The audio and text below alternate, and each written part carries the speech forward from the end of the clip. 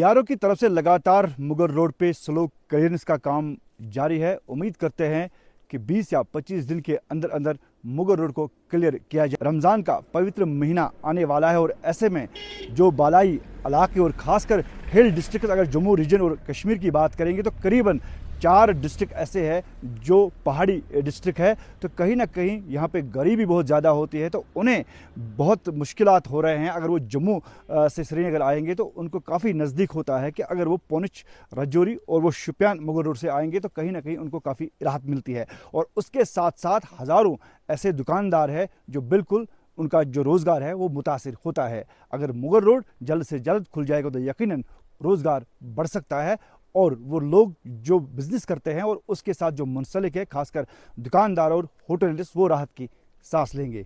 Irshad Malik, news 18 network, Mughal road, Shopian.